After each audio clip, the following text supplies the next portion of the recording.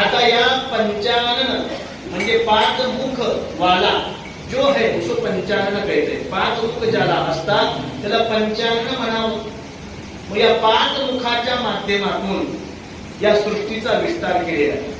लक्षात घ्या, या सृष्टीचा विस्तार या पाच मुखातूनच झालेला आहे।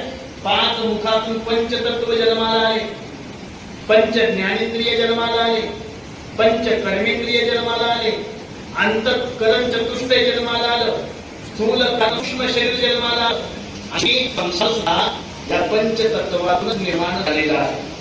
लक्षात ठेवा। आणि वेदांमध्ये जगताला मिथ्या म्हणतात, पण वेदांमध्ये संसाराला सुद्धा काय म्हणतात? सत्य म्हणतात। सूर्य जर सत्य असेल तर सूर्याचा प्रकाश सत्य, चंद्र जर सत्य असेल तर चंद्राचा प्रकाश सत्य आहे, पुष्प जर सत्य असेल तर